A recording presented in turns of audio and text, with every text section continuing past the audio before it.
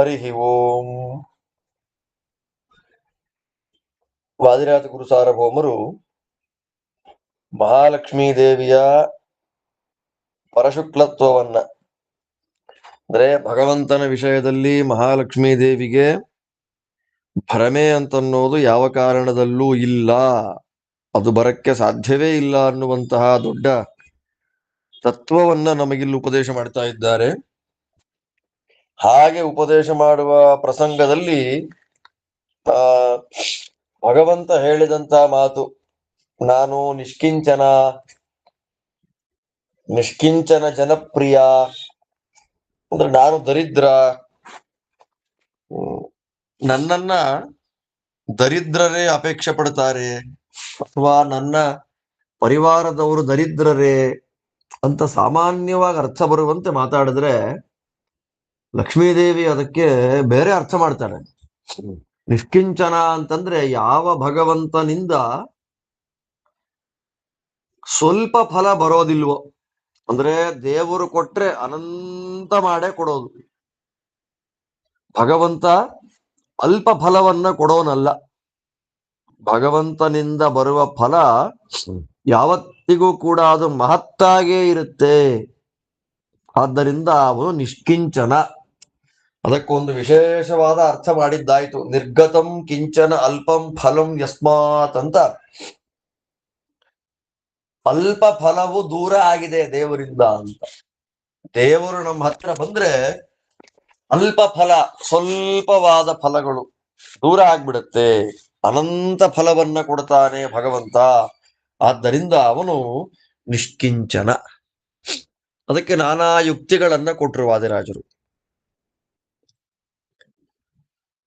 ಅನರ್ಘ್ಯವಾದ ಹಾರ, ಕೇಯೂರ, ಅಂಗದ, ಕುಂಡಲ, ನೂಪುರ, ಒಳ್ಳೆಯ ಸೊಂಟಪಟ್ಟಿ, ಕೌಸ್ತುಭ ಇದೆಲ್ಲವನ್ನ ಅಲಂಕಾರ ಮಾಡಿಕೊಂಡು ಶ್ರೀಭೂದೇವಿಯರಿಂದ ಆಲಿಂಗನ ಮಾಡಿಸಿಕೊಂಡು ರತ್ನಮಂಟಪದಲ್ಲಿ ವಾಸ ಮಾಡುವ, ದಿಕ್ಕುಗಳಲ್ಲಿ ವಾಸ ಮಾಡತಕ್ಕಂತ ಜನಗಳು, ದೇವತೆಗಳು, ಋಷಿಗಳು ಇವರೆಲ್ಲರಿಂದ ವೈಭವದಿಂದ ಪೂಜೆಯನ್ನ ಸ್ವೀಕಾರ ಮಾಡಿಕೊಳ್ಳುವ ಭಗವಂತನಿಗೆ ದಾರಿದ್ರ್ಯ ಅನ್ನೋದು ಎಲ್ಲಿಂದ ಬರುತ್ತೆ? ಆದ್ದರಿಂದ ಭಗವಂತ ನಿಷ್ಕಿಂಚನ ಅಲ್ಲ ಅಂತ ಒಂದು ಫಲ ಹೇಳಿದ್ರು ಆ ಮಾತಿಗೆ. ಇನ್ನು ನಿಷ್ಕಿಂಚನ ಜನಪ್ರಿಯ, ಸ್ವಲ್ಪ ಅರ್ಥ ಆಗಿರ್ಬೋದು ನಿಮ್ಗೆ. ಇವಾಗ ದೇವರು ನಿಷ್ಕಿಂಚನ ಅಂದ್ರೆ ಅದ್ಭುತವಾದ, ಮಹತ್ತರವಾದ, ಅನಂತವಾದ ಫಲವನ್ನ ಕೊಡ್ತಾನೆ ಅಂತ ಅರ್ಥ. ಹಾಗೆ ನಿಷ್ಕಿಂಚನ ಜನಪ್ರಿಯ ಅಂದ್ರೆ ಮಹಾಭಾಗ್ಯವಂತರಾದ ಜನಗಳಿಂದ ಪೂಜೆಯನ್ನು ಸ್ವೀಕಾರ ಮಾಡಿಕೊಳ್ತಾನೆ. ಮಹಾಭಾಗ್ಯವಂತರು, ಮಹಾ ಸಮೃದ್ಧರು, ಮಹಾನುಭಾವರು ಆದ ಬ್ರಹ್ಮರುದ್ರಾದಿಗಳಿಂದ ಪೂಜೆ ಸ್ವೀಕಾರ ಮಾಡ್ಕೊಳ್ತಾನೆ. ಬ್ರಹ್ಮರುದ್ರಾದಿಗಳಿಗೆ ಪ್ರಿಯನಾಗಿದ್ದಾನೆ ಅಂತ ಅರ್ಥ. ಅದನ್ನ ತಿಳಿಸ್ಕೊಡ್ತಾರೆ ರಾಜರು.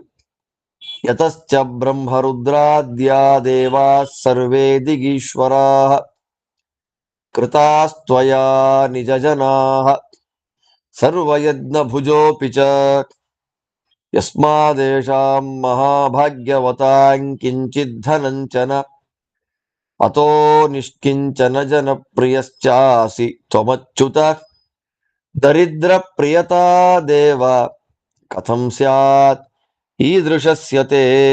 ರಾಜರಂತಾರೆ, ನಿನ್ನವರೇ ಆದವರು, ಬೇರೆ ಯಾರೂ ಅಲ್ಲ, ನಿನ್ನವರೇ ಮಹಾನುಭಾವರು ಅಂತ ಪ್ರಸಿದ್ಧರಾದವರು.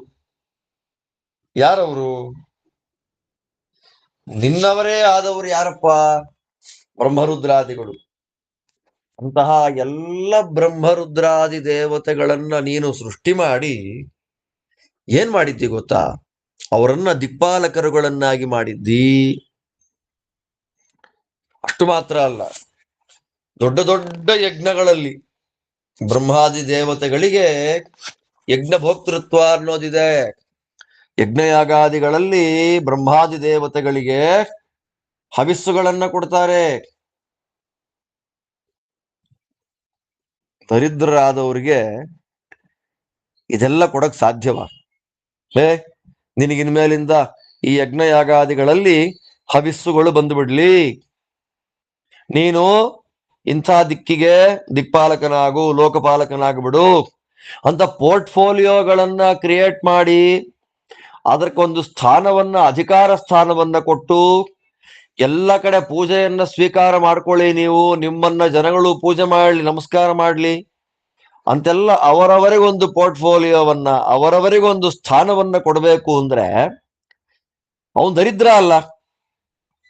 ಅಷ್ಟು ಮಾತ್ರ ಅಲ್ಲ, ದೇವರ ಅನುಗ್ರಹದಿಂದ ದಿಕ್ಪಾಲಕರು, ಲೋಕಪಾಲಕರುಗಳು ಆಗಿ ಎಲ್ಲ ಜನಗಳಿಂದ ಪೂಜೆಯನ್ನ ಸ್ವೀಕಾರ ಮಾಡಿಕೊಂಡು ದೊಡ್ಡ ದೊಡ್ಡ ಯಜ್ಞಯಾಗಾದಿಗಳಲ್ಲಿ ಹವಿಸ್ಸನ್ನ ತೆಗೆದುಕೊಳ್ಳುವಂತಹ ಬ್ರಹ್ಮರುದ್ರಾದಿ ದೇವತೆಗಳು ಅವರು ದರಿದ್ರರ.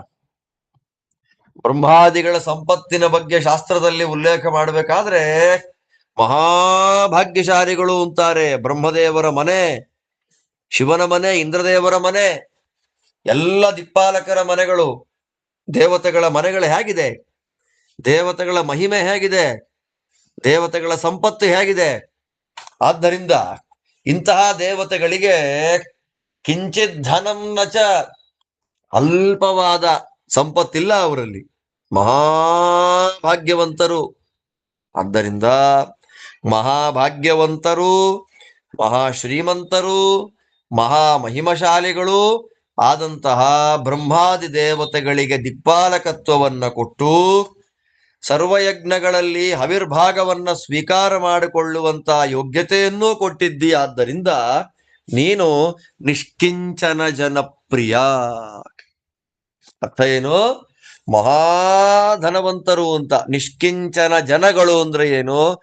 ದೇವರ ಅನುಗ್ರಹದಿಂದ ಅದ್ಭುತವಾದ ಅಪಾರವಾದಂತಹ ಸಂಪತ್ತನ್ನ ಪಡೆದು ದೊಡ್ಡ ದೊಡ್ಡ ಸ್ಥಾನಗಳಲ್ಲಿ, ಜಾಗಗಳಲ್ಲಿ ಕೂತಿರತಕ್ಕಂತಹ ಬ್ರಹ್ಮಾದಿಗಳಿಗೆ ಅತ್ಯಂತ ಪ್ರಿಯನಾದವನು ನೀನು. ಅರ್ಥ ಮಹಾಲಕ್ಷ್ಮೀ ದೇವಿ ಮಾಡುವ ಅರ್ಥಗಳು ಹೇಗಿದೆ ನೋಡಿ. ದೇವರು ನಾನು ನಿಷ್ಕಿಂಚನ ಅಂತಂದ್ರೆ ನೀನ್ ದರಿದ್ರ ಅಲ್ಲಪ್ಪ, ಅಲ್ಪ ಭಾಗ್ಯವನ್ನ ಕೊಡದೆ ದೊಡ್ಡ ಭಾಗ್ಯವನ್ನ ಕೊಡ್ತೀಯಾ ಅಂತ ಅರ್ಥ ಮಾಡಿದ್ರು. ನಿಷ್ಕಿಂಚನ ಜನಪ್ರಿಯ ಅನ್ನೋದಕ್ಕೆ ಮಹಾಭಾಗ್ಯಶಾಲಿಗಳಾದ, ಮಹಾ ಶ್ರೀಮಂತರಾದ ಲೋಕಪಾಲಕರು, ಯಜ್ಞ ಭೋಕ್ತೃಗಳು ಆದಂತಹ ಬ್ರಹ್ಮಾದಿ ದೇವತೆಗಳಿಗೆ ಅತ್ಯಂತ ಪ್ರಿಯನಾದವನು. ದೇವರು ನನಗೆ ಗುಣವೇ ಇಲ್ಲ ಅನ್ನುವ ಅರ್ಥ ಬರುವಂತೆ ಮಾತಾಡಿದ್ರೆ ಲಕ್ಷ್ಮೀ ದೇವಿಗೆ ಯಾವ ರೀತಿಯಾದ ಭ್ರಮೆ ಬರಲಿಲ್ಲ ನೋಡಿ. ದೇವರ ಮಾತಿಂದ ಯಥಾರ್ಥವಾಗಿ ಮಾತಾಡ್ತಾ ಇದ್ದಾಳೆ ಲಕ್ಷ್ಮಿ.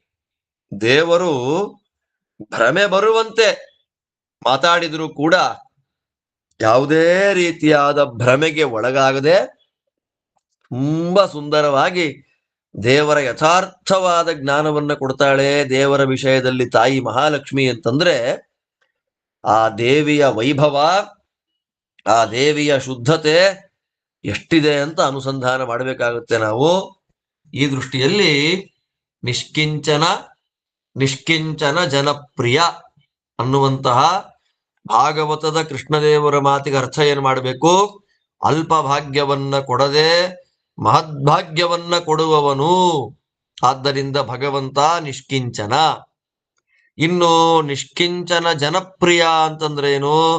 ಮಹಾಭಾಗ್ಯಶಾಲಿಗಳು, ಮಹಾನುಭಾವರು, ದಿಕ್ಪಾಲಕರು, ಸರ್ವ ಯಜ್ಞಗಳಲ್ಲಿ ಹವಿರ್ಭಾಗವನ್ನ ಸ್ವೀಕಾರ ಮಾಡುವವರೂ ಆದ ಬ್ರಹ್ಮಾದಿ ದೇವತೆಗಳಿಗೆ ಪ್ರಿಯ ಅಂತ ಅರ್ಥ.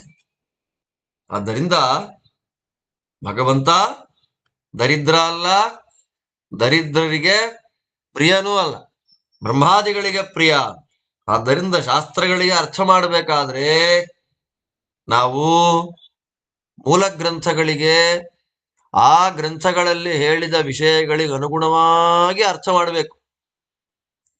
ಏನೋ ಶಬ್ದ ನೋಡಿದೆ, ಶಬ್ದ ನೋಡ್ತಾ ಇದ್ದ ಹಾಗೆ ಡಿಕ್ಷನರಿ ಒಳಗೊಂದು ಅರ್ಥ ಬಂತು, ಅರ್ಥ ಮಾಡಿಬಿಟ್ಟೆ ಅಂದ್ರೆ ಶಾಸ್ತ್ರ ಸಂಪ್ರದಾಯವಾಗೋದಿಲ್ಲ. ಸಂಪ್ರದಾಯಾನುಸಾರವಾದ ಅರ್ಥವೇ ಶಾಸ್ತ್ರದ ಶುದ್ಧವಾದ ಅರ್ಥ. ಸಂಪ್ರದಾಯ ಶುದ್ಧವಾದ ಅರ್ಥ ಯಾವುದು ಅಂತಂದ್ರೆ ರಾಜರು ತೋರಿಸ್ಕೊಡ್ತಾರೆ. ಯಾಕೆ ಅಂದ್ರೆ ಭಗವಂತ ದರಿದ್ರ ಅಲ್ಲ, ಭಗವಂತ ದರಿದ್ರರಿಗೆ ಪ್ರಿಯನೂ ಅಲ್ಲ. ಭಗವಂತನ ಯೋಗ್ಯತಾ, ಭಗವಂತನ ಸ್ಥಾನ, ಭಗವಂತನ ಭಕ್ತರ ಯೋಗ್ಯತೆ ಅದೆಲ್ಲವನ್ನ ನೋಡಿದಾಗ ಇಲ್ಲಿ ಭಗವಂತ ಏನೋ ಹೇಳ್ತಾ ಇದ್ದಾನೆ, ಅದಕ್ಕೆ ಬೇರೆ ಅರ್ಥ ಮಾಡಬೇಕು ಅಂತ ಗೊತ್ತಾಗತ್ತೆ. ಆದ್ರೆ ಬೇರೆ ಅರ್ಥ ಮಾಡೋದು ಹೇಗೆ ಅಂದ್ರೆ ನಮ್ಗೆ ಗೊತ್ತಾಗಲ್ಲ. ಅದಕ್ಕೆ ವಾದಿರಾಜರು, ಮಹಾಲಕ್ಷ್ಮೀ ದೇವಿಯ ಭಾವವನ್ನ ತಿಳಿದ ವಾದಿರಾಜರು ಪರಮ ಸುಂದರವಾದ ಅರ್ಥವನ್ನು ತೋರಿಸ್ಕೊಡ್ತಾ ಇದ್ದಾರೆ. ಅಲ್ಲಿಂದ ಇನ್ನು ಮುಂದಕ್ಕೆ ದೇವ್ರು ಹೇಳಿದ್ದೇನು, ಆದ್ದರಿಂದಲೇ ಅಮ್ಮ ನಮ್ಮನ್ನ ಆಢ್ಯರು ಪೂಜೆ ಮಾಡೋದಿಲ್ಲ. ತಸ್ಮಾತ್ ಪ್ರಾಯೇಣ ನೋ ಹ್ಯಾಢ್ಯಾ ನ ಭಜಂತಿ ಸುಮಧ್ಯಮೇ. ಆದ್ದರಿಂದ ಈ ಕಾರಣದಿಂದಲೇ ನಾನು ದರಿದ್ರರಿಗೆ ಪ್ರಿಯ ಅನ್ನುವ ಕಾರಣದಿಂದಲೇ ನನ್ನನ್ನ ಆಢ್ಯರು ಪೂಜೆ ಮಾಡೋದಿಲ್ಲಮ್ಮ. ಆಢ್ಯರು ನಮಗೆ ಮರ್ಯಾದೆ ಕೊಡೋದಿಲ್ಲಮ್ಮ. ಅದಕ್ಕೆ ಅರ್ಥ ಮಾಡ್ತಾರೆ ರಾಜರಿಗೆ. ಆಢ್ಯ ಅಂದ್ರೆ ಏನು? ಆಢ್ಯ ಅಂದ್ರೆ ಶ್ರೀಮಂತರು, ಹಣವಂತರು. ದರಿದ್ರರನ್ನ ಹಣವಂತರು ಯಾಕೆ ಪೂಜೆ ಮಾಡ್ತಾರೆ ಹೇಳಿ? ಆ ಅರ್ಥ ನಮಗೆ ಬಂದ್ಬಿಡ ತಲೆ ಒಳಗೆ. ದರಿದ್ರ ಪ್ರಿಯ ಅಂತ ಅರ್ಥ ಬರುವ ಶಬ್ದಗಳಿಗೆ ವಿಶೇಷ ಅರ್ಥ ಮಾಡಿದ್ದಾಯ್ತು. ಈಗ ಆಢ್ಯ ರಾಜರಂತಾರೆ, ಪ್ರಪಂಚದಲ್ಲಿ ಲೋಕದಲ್ಲಿ ಎರಡು ರೀತಿಯಾದ ಆಢ್ಯರಿದ್ದಾರಂತೆ. ಶ್ರೀಮಂತರು ಎರಡು ರೀತಿ ಇದ್ದಾರಂತೆ. ಹಾಗೆ ಧನವಂತಶ್ಚ ಶಾಂತಾಯೇ ತೇಪ್ಯಾಢ್ಯಾ ಹಿ ಸತಾಮತಾಹ. ಸಜ್ಜನರು ಒಟ್ಟು ಎರಡು ರೀತಿಯ ಶ್ರೀಮಂತರನ್ನ ನೋಡ್ತಾರಂತೆ. ದುಡ್ಡೂ ಇದೆ, ವಿನಯವೂ ಇದೆ. ದುಡ್ಡೂ ಇದೆ, ಪರಮಶಾಂತ ಸ್ವರೂಪರಾಗಿದ್ದಾರೆ, ಅಹಂಕಾರ ಇಲ್ಲ. ಒಳ್ಳೆ ಶ್ರೀಮಂತರು, ಸ್ವಲ್ಪ ಅಹಂಕಾರ ಇಲ್ಲ, ಅವರನ್ನು ಆಢ್ಯರು ಅಂತ ಕರೀತಾರೆ. ಇನ್ನು ಧನವಂತೋ ಮದಾಂಧಾಯೇ ತೇ ಚಾಢ್ಯ ಇತಿ ಕೀರ್ತಿತಾಹ. ಹಣ ಇದೆ, ಜೊತೆಯಲ್ಲೇ ಮದವೂ ಇದೆ, ಮದಾಂಧರಾಗಿದ್ದಾರೆ. ಮದದಿಂದ ಅವರಿಗೆ ಏನೂ ಕಾಣ್ತಾ ಇಲ್ಲ. ನೋಡಿ, ಎರಡು ತರ ಆಢ್ಯರು.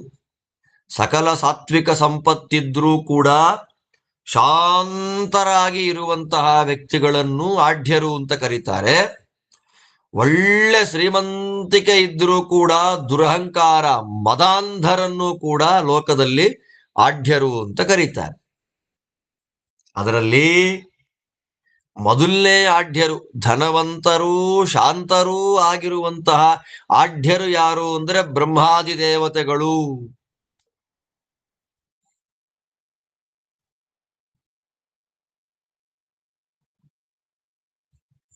ಅಲ್ವಾ?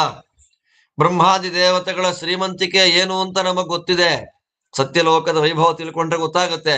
ಅಂತಹ ಮಹಾಧನಶಾಲಿಗಳು, ಅಷ್ಟು ಶ್ರೀಮಂತರು, ಶಾಂತ ಸ್ವರೂಪರು ಆದ ಬ್ರಹ್ಮಾದಿ ದೇವತೆಗಳು ಆಢ್ಯರು. ಅವರು ನಿನ್ನನ್ನ ಪೂಜೆ ಮಾಡ್ತಾರೆ ಅಥವಾ ಪೂಜೆ ಮಾಡಲ್ಲ ಅಂತ ಹೇಳಕ್ಕಾಗಲ್ಲ. ದೇವರಂದ, ನಮ್ಮನ್ನ ಆಢ್ಯರು ಪೂಜೆ ಮಾಡೋದಿಲ್ಲಮ್ಮ. ನಮ್ಮನ್ನ ಶ್ರೀಮಂತರು ನಮ್ಮ ಹತ್ರಕ್ಕೆ ಬರೋಲ್ಲ, ನಮಗೆ ಮರ್ಯಾದೆ ಕೊಡೋಲ್ಲ. ಅಂದ್ರೆ ಬ್ರಹ್ಮದೇವರಿಗಿಂತ ಆಢ್ಯರು ಬೇಕಾ ಲೋಕದಲ್ಲಿ? ಒಳ್ಳೆ ಶ್ರೀಮಂತಿಕೆ, ಅಷ್ಟೇ ವಿನಯ, ಅಷ್ಟೇ ಪ್ರಶಾಂತ ಸ್ವಭಾವ. ಇಂಥ ಬ್ರಹ್ಮಾದಿ ದೇವತೆಗಳು ಆಢ್ಯರಲ್ವಾ? ಅಂತಹ ಆಢ್ಯರಾದ ಬ್ರಹ್ಮಾದಿ ದೇವತೆಗಳು ದೇವರನ್ನ ಪೂಜೆ ಮಾಡೋದಿಲ್ಲ ಅಂತ ಹೇಳಕ್ಕಾಗತ್ತಾ? ಖಂಡಿತವಾಗಲೂ ಇಲ್ಲ. ನಿತ್ಯ ನಿರಂತರವಾಗಿ ದೇವರ ಆರಾಧನೆಯನ್ನ ಮಾಡೋರೇ ಬ್ರಹ್ಮಾದಿಗಳು. ಅಂದಮೇಲೆ ಭಗವಂತ ನನ್ನನ್ನು ಆಢ್ಯರು ಪೂಜೆ ಮಾಡಲ್ಲ, ನನಗೆ ಆಢ್ಯರು ಮರ್ಯಾದೆ ಕೊಡಲ್ಲ ಅಂದ್ರೆ ಅರ್ಥ ಏನು? ಎರಡನೇ ತರ ಆಢ್ಯರು ಪೂಜೆ ಮಾಡಲ್ಲ ಅಂತ ಅರ್ಥ. ಆ ಎರಡನೇ ತರ ಆಢ್ಯರು ಅಂದ್ರೆ ಯಾರು? ಧನವಂತರಾಗಿದ್ರು ದುರಹಂಕಾರದಿಂದ ಕೂಡಿದವರು, ಅವರನ್ನು ಆಢ್ಯರು ಅಂತ ಕರೀತಾರೆ ಲೋಕದಲ್ಲಿ. ಯಾರವರು? ರಾವಣ ದ್ವಿತೀಯಸ್ತು ದಶಾಸ್ಯಾದ್ಯೈ ಅಸೇವ್ಯಸ್ಯ ತವೋಚಿತಃ. ನೋಡಿ, ಬ್ರಹ್ಮಾದಿಸುರಸೇವ್ಯಸ್ಯ ತವಾದ್ಯೋರ್ಥೋ ನ ಶೋಭತೆ. ಎರಡು ರೀತಿ ಆಢ್ಯರಿದ್ದಾರೆ ಲೋಕದಲ್ಲಿ. ಈಗಿನ ಹೇಳಿದೆ, ಧನವಂತರಾಗಿದ್ರು ಶಾಂತಿ ಮೊದಲಾದ ಗುಣಗಳಿಂದ ಕೂಡಿದವರನ್ನು ಆಢ್ಯರು ಅಂತ ಕರೀತಾರೆ. ಧನವಂತರಾಗಿದ್ದು ಮದಾಂಧರನ್ನು ಕೂಡ ಆಢ್ಯರು ಅಂತ ಕರೀತಾರೆ. ಅದರಲ್ಲಿ ಮೊದಲನೇ ಕೆಟಗರಿ ಆಢ್ಯರಿಗೆ ಸೇರುವಂತವರು ಬ್ರಹ್ಮಾದಿಗಳು. ಅವರು ದೇವರನ್ನ ಪೂಜೆ ಮಾಡಲ್ಲ ಅಂತ ಹೇಳಕ್ಕಾಗಲ್ಲ. ಹಾಗಾದ್ರೆ ಸೆಕೆಂಡ್ ಕ್ಯಾಟಗರಿಯಲ್ಲಿ ಬರತಕ್ಕಂಥವರು ದೇವರನ್ನ ಪೂಜೆ ಮಾಡಲ್ಲ. ಸೆಕೆಂಡ್ ಕ್ಯಾಟಗರಿ ಯಾವುದು? ಧನವಂತರು, ಮದಾಂಧರು. ಧನವಂತರು, ಶಾಂತರು ಬ್ರಹ್ಮಾದಿಗಳು. ಧನವಂತರು, ಮದಾಂಧರು ಈ ರಾವಣ ಇತ್ಯಾದಿಗಳು. ದಶಾಸ್ಯಾದ್ಯೈಹಿ, ಬೇಕಾಡ್ ಜನ.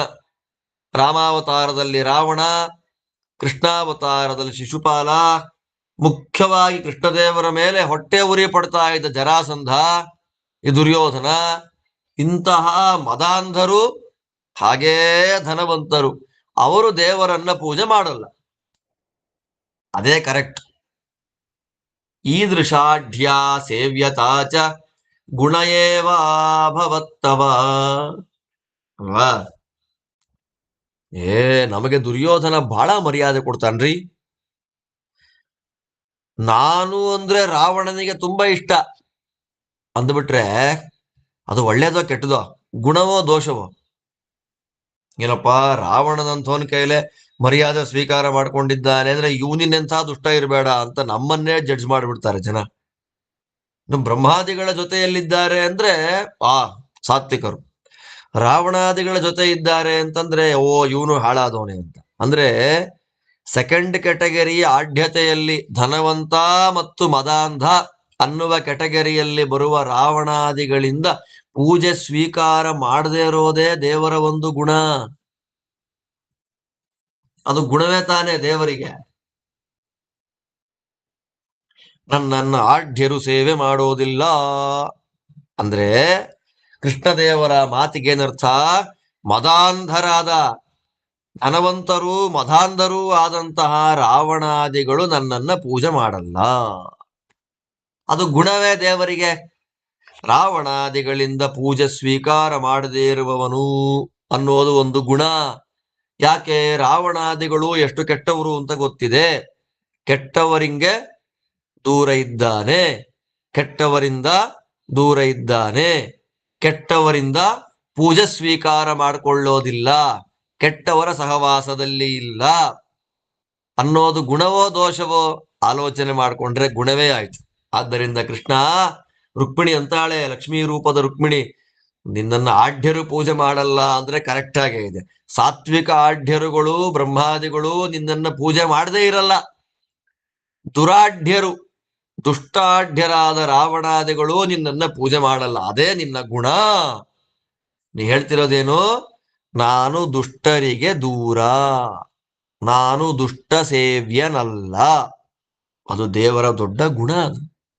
ಆದ್ದರಿಂದ ಸ್ವಾಮಿ, ಯಾರ್ಯಾರೋ ನಿನ್ನ ಮಾತಿಗೆ ಭ್ರಾಂತರಾಗಬಹುದೇನೋ, ನಾನು ಭ್ರಾಂತಿ ಒಳಗಾಗೋದಿಲ್ಲ ಅಂತ ಇದ್ದಾಳ ತಾಯಿ ಇಲ್ಲಿ.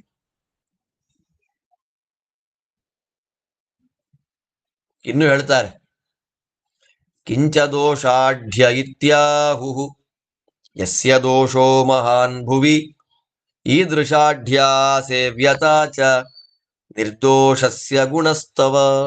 ಇನ್ನೊಂದು ಹೇಳ್ತಾರೆ, ಗುಣವೇ ನಿನಗೆ ಅಂದ್ರೆ ಪ್ರಪಂಚದಲ್ಲಿ ಯಾವನೊಬ್ಬ ಇದ್ದಾನೆ, ತುಂಬಾ ದೋಷ ಇದೆ ಅವನಲ್ಲಿ, ದೋಷಮಯ, ದೋಷಪೂರ್ಣ ಅಂತ ಇಟ್ಕೊಂಡ್ಬಿಡಿ, ತುಂಬಾ ದೋಷ. ಅಂತಹ ದೋಷಪೂರ್ಣರಾದ ವ್ಯಕ್ತಿಗಳನ್ನ ನಾವು ಕರೆಯೋದೇನ್ ಗೊತ್ತಾ? ಸ್ಪೆಸಿಫಿಕ್ ಆಗಿ ಕೌಂಟ್ ಮಾಡಕ್ಕಾಗಲ್ಲ. 1 ದೋಷ, 2 ದೋಷ, 3 ದೋಷ, 4 ದೋಷ, ಎಲ್ಲ ದೋಷ ಇದೆ. ದೋಷಾಢ್ಯ ಅಂತ, ಗುಣಾಢ್ಯ ಅಂತ ಕರೀತಾರಲ್ಲ, ಹಾಗೆ ದೋಷಾಢ್ಯ, ದೋಷಪೂರ್ಣ. ಹಾಗೆ ನೋಡ್ರಿ, ನನ್ನನ್ನ ಆಢ್ಯರು ಪೂಜೆ ಮಾಡೋದಿಲ್ಲ ಅನ್ನುವ ಒಂದು ದೇವರಲ್ಲಿ ದೋಷ ಕಾಣುವಂತೆ ಕಾಣುವ ಶಬ್ದಗಳಿಗೆ ವಾದಿರಾಜರು ಮಾಡುವ ಅರ್ಥ ವಿಶೇಷಗಳು ಹೇಗಿದೆ ನೋಡಿ. ಲಕ್ಷ್ಮಿ ಅಂತ ಇದ್ದಾಳಿಲ್ಲಿ. ನೀನೇನ್ ದೋಷಾಢ್ಯ ಅಂತಿದ್ದಿ, ಆಢ್ಯರು ನನ್ನನ್ನು ಪೂಜೆ ಮಾಡಲ್ಲ ಅಂತಿದ್ದಿ. ಯಾವ ಆಢ್ಯರು ಪೂಜೆ ಮಾಡಲ್ಲ? ದೋಷಾಢ್ಯರು ನಿನ್ನನ್ನ ಪೂಜೆ ಮಾಡೋದಿಲ್ಲ ಅಲ್ವಾ. ಗುಣಾಢ್ಯರು ಪೂಜೆ ಮಾಡ್ಲಿಲ್ಲ ಅಂದ್ರೆ ದೋಷ, ದೋಷಾಢ್ಯರು ಪೂಜೆ ಮಾಡಿಬಿಟ್ರೆ ದೋಷ. ಇದು ನೋಡಿ ಮಾತು. ರಾವಣಾದಿಗಳು ಪೂಜೆ ಮಾಡಿದ್ರು ಅಂದ್ರೆ ದೋಷ, ಬ್ರಹ್ಮಾದಿಗಳು ಪೂಜೆ ಮಾಡಲಿಲ್ಲ ಅಂದ್ರೆ ದೋಷ. ರಾವಣಾದಿಗಳು ಪೂಜೆ ಮಾಡಲಿಲ್ಲ ಅಂದ್ರೆ ಗುಣ,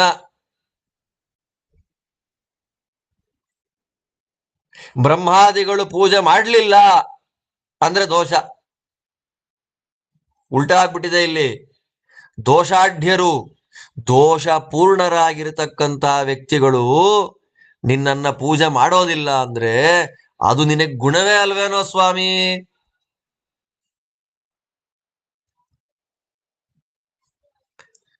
ಅದರ ಅರ್ಥ ಏನು? ನೀನು ನಿರ್ದೋಷ, ನಿರ್ದೋಷ ಅನಂತ ಕಲ್ಯಾಣ ಗುಣಾಢ್ಯ. ಗುಣಾಢ್ಯನಾದ ನಿನ್ನನ್ನ ದೋಷಾಢ್ಯರು ಯಾಕೆ ಪೂಜೆ ಮಾಡ್ತಾರೆ?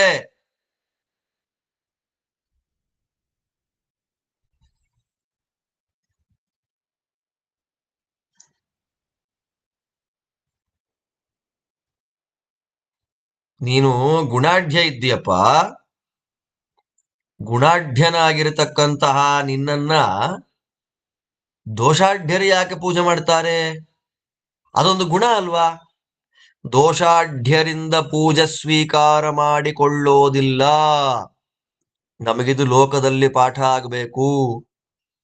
ಯಾರು ಮಾತಾಡ್ತಾರೆ ಅಂತಂದ್ರೆ ಬೇರೆಯವರ ಬಗ್ಗೆ ವಿನಾಕಾರಣ ಚುಚ್ಚಿ ಮಾತಾಡೋದು, ಬೇರೆಯವರ ಬಗ್ಗೆ ಎತ್ತಿ ಕೆಟ್ಟದಾಗಿ ಮಾತಾಡೋದು, ಅದೆಲ್ಲ ಜನಗಳ ದೋಷ.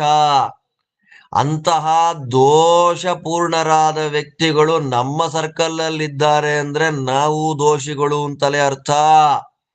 ಆದ್ದರಿಂದ ನಮ್ಮ ಸರ್ಕಲ್ ನಲ್ಲಿ ಅಂಥವರು ಇಲ್ಲ ಅಂತಂದ್ರೆ ನಾವು ಗುಣಶಾಲಿಗಳು ಅಂತ ಅರ್ಥ. ನಾವು ತಿಳ್ಕೊಳ್ಬೇಕಾದ ಪಾಠ ಇದು. ವಾದಿರಾಜರು ಲಕ್ಷ್ಮೀದೇವಿಯ ಮಾತಿನ ಬ್ಯಾಕ್ ಗ್ರೌಂಡ್ ನಲ್ಲಿ ನಮ್ಗೆ ಹೇಳ್ತಾ ಇರ್ತಕ್ಕಂತಹ ಪಾಠ ಇದು. ನಾವು ಯಾರ ಹತ್ರ ಇರ್ಬೇಕು, ನಾವು ಯಾರಿಂದ ದೂರ ಇರ್ಬೇಕು ಅನ್ನುವ ಪಾಠ ಇದೆ ಇದರಲ್ಲಿ. ಸಂದೇಶ, ಹಿಡನ್ ಸಂದೇಶ ಇದೆ ಇದರಲ್ಲಿ. ಆದ್ದರಿಂದ ದೋಷಾಢ್ಯ ದೋಷಪೂರ್ಣರಿಗೆ ಸಿಗೋದಿಲ್ಲ, ದೋಷಪೂರ್ಣರಿಂದ ಮರ್ಯಾದೆಯನ್ನ ಸ್ವೀಕಾರ ಮಾಡಿಕೊಳ್ಳೋದಿಲ್ಲ ಅನ್ನೋದು ಭಗವಂತನ ಒಂದು ದೊಡ್ಡ ಗುಣ ರೀ. ಅದು ಪ್ರಧಾನವಾದ ಗುಣ ನಮ್ಮ ಸ್ವಾಮಿಗದು. ಆದ್ದರಿಂದ ಕೃಷ್ಣ ನಮ್ಮನ್ನು ಆಢ್ಯರು ಪೂಜೆ ಮಾಡಲ್ಲ ಅಂದ್ರೆ ಎರಡು ರೀತಿ ಆಢ್ಯರಿದ್ದಾರೆ. ಮೂರು ರೀತಿ ಆಢ್ಯರ ಬಗ್ಗೆ ಹೇಳಿದ್ರು. ಒಂದು ದೋಷಾಢ್ಯ, ಮದಾಂಧ ಆಢ್ಯ, ಶಾಂತ ಆಢ್ಯ. ಶಾಂತಾಢ್ಯರಾದ ಬ್ರಹ್ಮಾದಿಗಳಿಂದ ಪೂಜೆ ಸ್ವೀಕಾರ ಮಾಡ್ತಾನೆ. ಮದಾಂಧ ಆಢ್ಯರಾಗಿರ್ತಕ್ಕಂತಹ ರಾವಣಾದಿಗಳು ಪೂಜೆ ಮಾಡೋದಿಲ್ಲ. ದೋಷಾಢ್ಯರಾಗಿರತಕ್ಕ ವ್ಯಕ್ತಿಗಳಿಗೆ ಸಿಗೋದಿಲ್ಲ. ಆದ್ದರಿಂದ ಫಸ್ಟ್ ಕ್ಯಾಟಗರಿಯ ಆಢ್ಯರು ಬ್ರಹ್ಮಾದಿಗಳು. ಅಂತಹ ಆಢ್ಯ ಪೂಜ್ಯತೆ. ಎರಡನೇ ಮತ್ತು ಮೂರನೇ ಕ್ಯಾಟಗರಿಯಲ್ಲಿ ಬರತಕ್ಕ ದೋಷಾಢ್ಯ, ಮದಾಂಧಾಢ್ಯ. ಅವರ್ಯಾರೂ ದೇವರಿಗೆ ಮರ್ಯಾದೆ ಕೊಡೋಲ್ಲ, ದೇವರಿಗೆ ಪೂಜೆ ಮಾಡೋಲ್ಲ ಅಂದ್ರೆ ಅದು ದೇವರ ದೊಡ್ಡ ಗುಣ. ಆದ್ದರಿಂದ ಕೃಷ್ಣ ನೀನ್ ಹೇಳೋದೆಲ್ಲ ಸರಿಯಾಗೇ ಇದೆ. ಆದ್ದರಿಂದ ನೀನ್ ನನಗೆ ಮೋಹ ಮಾಡುವಂತೆ ಮಾತಾಡಿದ್ರು ಕೂಡ ನನಗೇನು ಮೋಹ ಇಲ್ಲ. ದೋಷಿಗಳಿಂದ ಪೂಜೆ ಸ್ವೀಕಾರ ಮಾಡಿಕೊಳ್ಳದೆ ಇರುವುದೇ ಒಂದು ದೊಡ್ಡ ಗುಣ. ಅಂಥ ಗುಣಾಢ್ಯಪ್ಪ ನೀನು.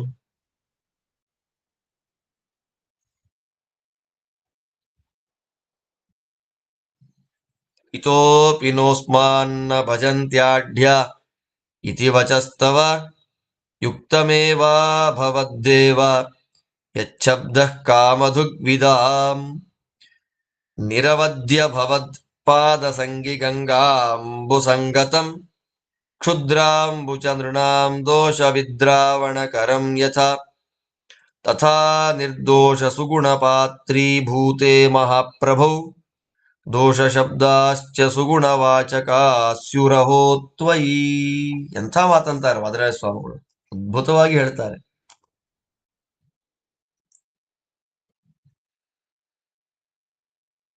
ತುಂಬಾ ಚೆನ್ನಾಗಿ ಹೇಳ್ತಾರೆ.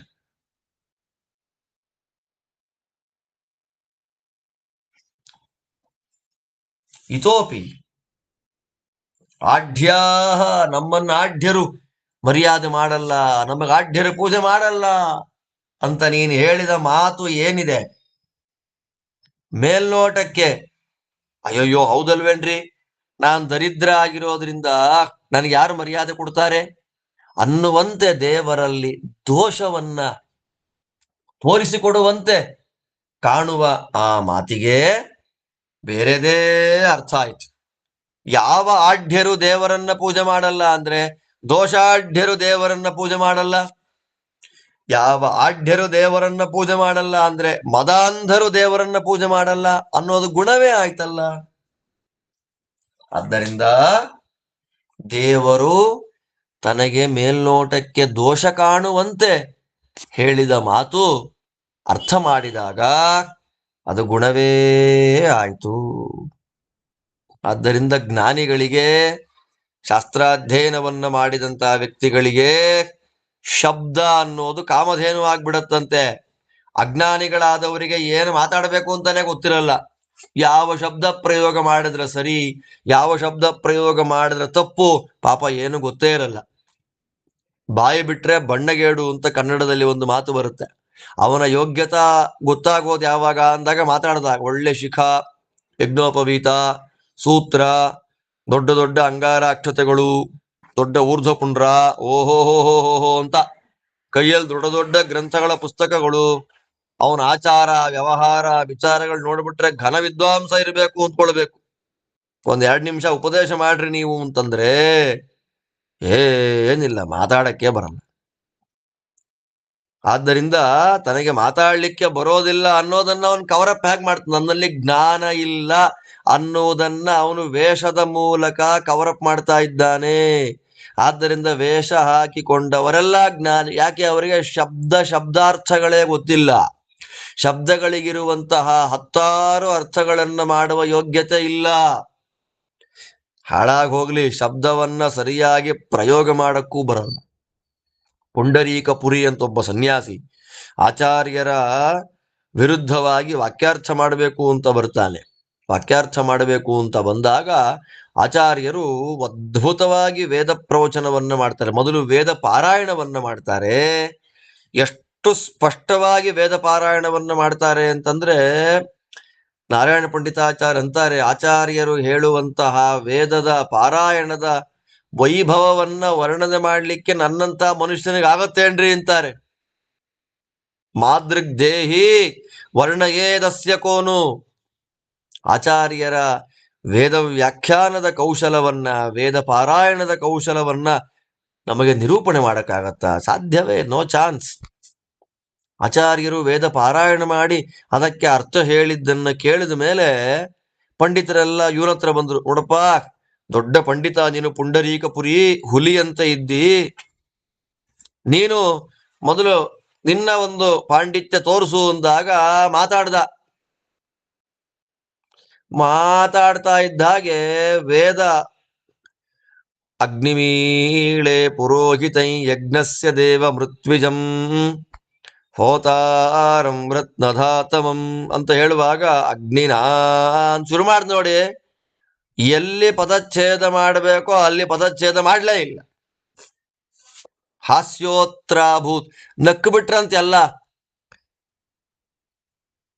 ಆದ್ದರಿಂದ ಪಂಡಿತರ ವೇಷ ಹಾಕೊಂಡವರು ಪಂಡಿತರಲ್ಲ. ರಾಜರಂತಾರೆ, ನಿಜವಾಗಿ ಸಾಂಪ್ರದಾಯಿಕವಾಗಿ ಗುರುಗಳ ಅನುಗ್ರಹದಿಂದ ಶಾಸ್ತ್ರಾಧ್ಯಯನದ ಜ್ಞಾನವನ್ನ ಪಡೆದಂತಹ ವ್ಯಕ್ತಿಗಳಿಗೆ ಒಂದೊಂದು ಶಬ್ದಗಳು ನೂರಾರು ಅರ್ಥಗಳನ್ನ ಕೊಡುತ್ತೆ. ಅಷ್ಟು ಮಾತ್ರ ಅಲ್ಲ, ಮನಸ್ಸಿನಲ್ಲಿ ಒಳ್ಳೆ ಭಾವನೆ ಇದ್ರೆ ಒಳ್ಳೆ ಅರ್ಥ ಕೊಡುತ್ತೆ, ಮನಸ್ಸಲ್ಲಿ ಕೆಟ್ಟ ಭಾವನೆ ಇದ್ರೆ ಕೆಟ್ಟ ಅರ್ಥ ಕೊಡುತ್ತೆ. ಒಳ್ಳೆ ಶಬ್ದ ಕೆಟ್ಟ ಅರ್ಥವನ್ನ ಕೊಡುತ್ತೆ, ಒಳ್ಳೆ ಭಾವನೆ ಇಲ್ಲ ಅಂದ್ರೆ ಒಳ್ಳೆ ಭಾವನೆ ಇದ್ರೆ ಕೆಟ್ಟ ಶಬ್ದವು ಒಳ್ಳೆ ಅರ್ಥವನ್ನ ಕೊಡುತ್ತೆ. ನೀ ಹೇಳಿದ್ದೇನು? ನಿಷ್ಕಿಂಚನ, ನಿಷ್ಕಿಂಚನ ಜನಪ್ರಿಯ, ನನ್ನನ್ನ ಆಢ್ಯರು ಪೂಜೆ ಮಾಡಲ್ಲ. ಕೆಟ್ಟ ಅರ್ಥಗಳನ್ನೇ ಕೊಡುವಂತೆ ಬರುವ ಶಬ್ದಗಳಿಗೆ ಭಗವಂತನಲ್ಲಿ ಸರ್ವೋತ್ತಮತ್ವ, ಜ್ಞಾನ, ಭಕ್ತಿ ಎಲ್ಲ ಇಟ್ಟುಕೊಂಡ ಲಕ್ಷ್ಮೀ ರೂಪಿಣಿಯಾದ ರುಕ್ಮಿಣೀ ದೇವಿಗೆ ಒಳ್ಳೆ ಅರ್ಥಗಳನ್ನೇ ಕೊಡುತ್ತೆ. ಶಬ್ದ ಕಾಮಧೇನು.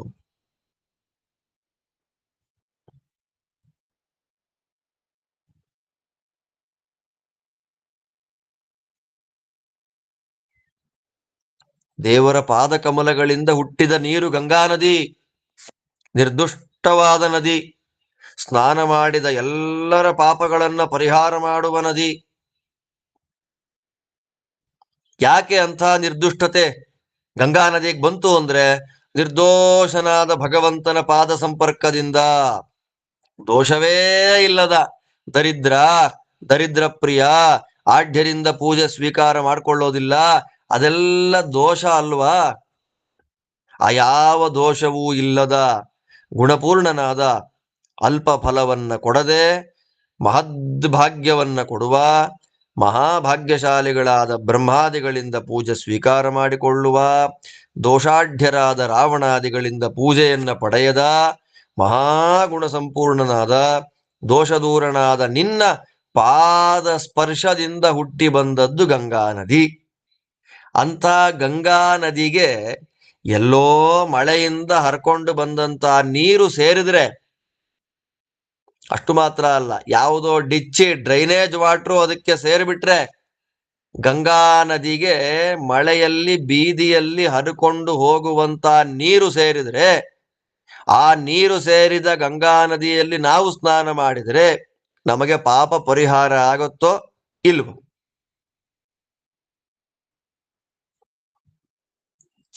ಆಗುತ್ತೋ ಇಲ್ವೋ? ಗಂಗಾ ಸಂಗೇನ ನೈರ್ಮಲ್ಯಂ ರಥ್ಯಾದ್ಭಿರ್ಲಭ್ಯತೆ. ಟೀಕಾಕೃತ್ಪಾದರ ಮಾತು, ಮಹಾನುಭಾವರ ಆರಾಧನೆ ಇವತ್ತು, ಉತ್ತರಾರಾಧನೆ. ಗಂಗಾ ಸಂಗೇನ ನೈರ್ಮಲ್ಯಂ ರಥ್ಯಾದ್ಭಿರ್ಲಭ್ಯತೆ ಯಥಾ. ಆಚಾರ್ಯರ ಭಾಷ್ಯ ಗ್ರಂಥಗಳಿಗೆ ವ್ಯಾಖ್ಯಾನ ಮಾಡುವಾಗ ಅವ್ರು ಹೇಳಿದ ಮಾತು, ಆಚಾರ್ಯರ ಮಾತು ಗಂಗಾ ನದಿ ಇದ್ದ ಹಾಗೆ, ನಮ್ಮ ಮಾತು ಮಳೆಗೆ ಹರ್ಕೊಂಡು ಹೋಗುವಂತ ನೀರಿದ್ದ ಹಾಗೆ ಅಲ್ಲ. ಹಾಗೆ ಹೇಳ್ಬೇಕಾದ್ರೆ ಗಂಗಾ ಹರಿಯುವ ಗಂಗಾ ಪ್ರವಾಹಕ್ಕೆ ಮಳೆಯ ನೀರು ಸೇರಿ ಒಂದು ತೊರೆ, ಒಂದು ಚಾನಲ್ ನೀರು ಸೇರಿದ್ರೆ ಗಂಗಾ ಸಂಪರ್ಕದಿಂದ ಇದೂ ಶುದ್ಧವಾಗುವಂತೆ ನಾವು ಕೂಡ ನಮ್ಮ ಮಾತನ್ನ ಮಧ್ವಾಚಾರ್ಯರ ಮಾತುಗಳಿಗೆ ಸೇರಿಸಿ ವ್ಯಾಖ್ಯಾನ ಮಾಡ್ತೇವೆ. ವಾಚೋ ವಿಶುದ್ಧಿ ಸಿದ್ಧ್ಯರ್ಥಂ ಸಂಗಮ್ಯಂತೆ ಗುರೋರ್ಗಿರಹ. ತುಂಬಾ ದೊಡ್ಡ ವಿನಯ. ಅಂದ್ರೆ ಆಚಾರ್ಯರ ಮಾತು ಅಷ್ಟೇ ಶ್ರೇಷ್ಠ ಅಂತನೂ ಗೊತ್ತಾಗತ್ತೆ. ಹಾಗೆ ನಿರ್ದುಷ್ಟನಾದ ಭಗವಂತನ ಪಾದ ಸಂಸ್ಪರ್ಶದಿಂದ ಪವಿತ್ರವಾದ ಗಂಗೆಯಲ್ಲಿ ಯಾವುದೋ ಒಂದು ನೀರು, ಮಳೆಯ ನೀರು ಸೇರಿದ್ರೆ ಆ ನೀರು ಗಂಗಾ ಪ್ರವಾಹದಲ್ಲಿ ಸೇರಿ ಪವಿತ್ರವಾಗುವಂತೆ ದೋಷದೂರನಾದ ಅನಂತ ಕಲ್ಯಾಣ ಗುಣ ಪರಿಪೂರ್ಣನಾದ ಭಗವಂತನಲ್ಲಿ ಯಾವುದೋ ದೋಷ ಹೇಳುವಂತೆ ಕಾಣುವಂತಹ ಶಬ್ದಗಳು ಗುಣವನ್ನು ಹೇಳೋದಿಲ್ವಾ?